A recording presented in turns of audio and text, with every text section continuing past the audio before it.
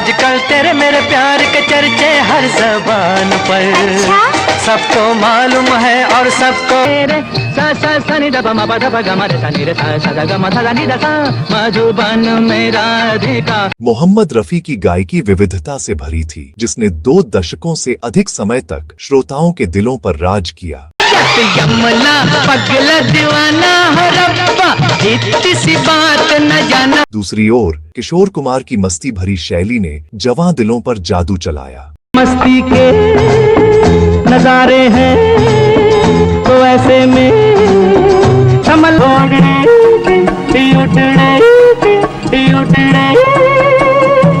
किशोर कुमार की गायकी में एक खास मस्ती थी और कहा जाता है कि उनकी शैली में कोई और गा ही नहीं सकता था।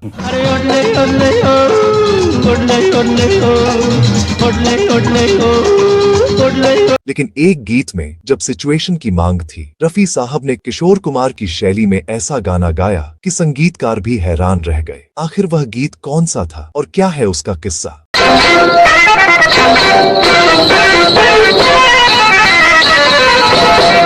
दोस्तों, 1955 में बनी फिल्म सोसाइटी को शाहिद लतीफ ने निर्देशित किया था। इस फिल्म की स्टार कास्ट में इफ्तिखार, बिक्रम कपूर, निम्मी, कुमकुम और नासिर खान जैसे कलाकार थे। भले ही यह फिल्म उस दौर की बड़ी फिल्मों की तरह चर्चित नहीं हुई, फिर भी इसका संगीत आज भी लोगों के जहन में है। संगीतकार थे सचिन देव बर्मन, जिन्हें हर गीत में पूर्णता चाहिए थी। गीतों के बोल लिखे थे मशहूर शायर साहिर लुधियानवी ने, जिनके शब्दों में जिंदगी की गहराई और भावनाओं का समंदर समाया होता था। इस फिल्म में एक खास गीत था जिसे गीता दत्त और मोहम्मद रफी ने गाया। ये गीत है अरे बाबा, रहम कभी तो फरमाओ, माओ माओ मेरी लैला।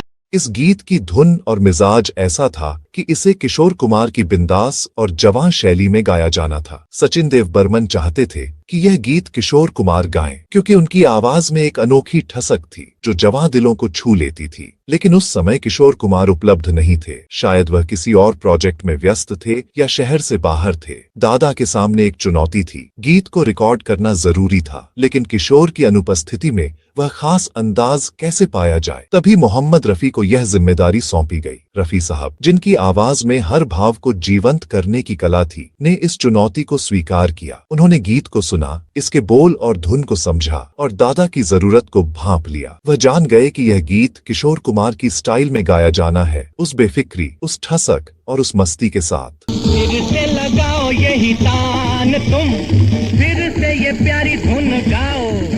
जब रिकॉर्डिंग शुरू हुई तो स्टूडियो में सन्नाटा छा गया। रफी साहब ने माइक संभाला और गाना शुरू किया। उनकी आवाज में वह जादू था जो किशोर कुमार की शैली को न केवल छू रहा था, बल्कि उसे और निखार रहा था। गीत की हर पंक्ति में रफी साहब ने किशोर की मस्ती को उतार दिया, लेकिन अपनी गहराई और मिठास भी बरकरार रखी। ऐसा ही होगा, करनी है बातें बड़े काम की। जब गीत खत्म हुआ तो सचिन देव बर्मन ने ताली बजाई और रफी साहब को गले लगा लिया। वह हैरान थे कि रफी साहब ने न सिर्फ उनकी उम्मीदों को पूरा किया, बल्कि उससे कहीं बेहतर प्रदर्शन किया। यह गीत जो आज भी संगीत प्रेमियों के बीच मशहूर है, गीता दत्त की मखमली आवाज और रफी साहब की अनोखी शैली ने इस गीत को अमर बना दिया। रुक के न तीर चलाओ,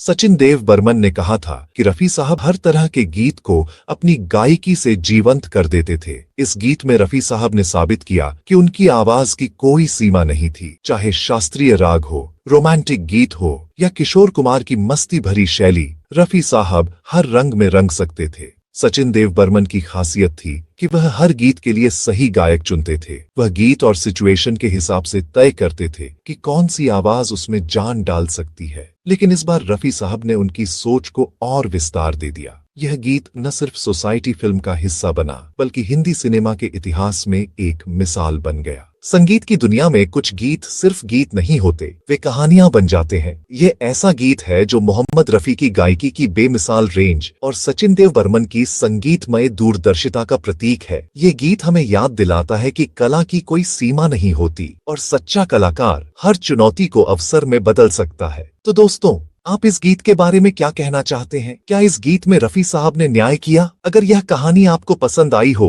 तो वीडियो को लाइक करें, कमेंट में अपना पसंदीदा रफी साहब का गाना बताएं और अपने दोस्तों रिश्तेदारों के साथ शेयर करें। हमारे चैनल को सब्सक्राइब करना न भूलें ताकि ऐसी ही भावुक कहानियां आपके पास पहुंचती रहें। मिलते हैं अगली वीडियो में, तब तक के लिए नमस्कार।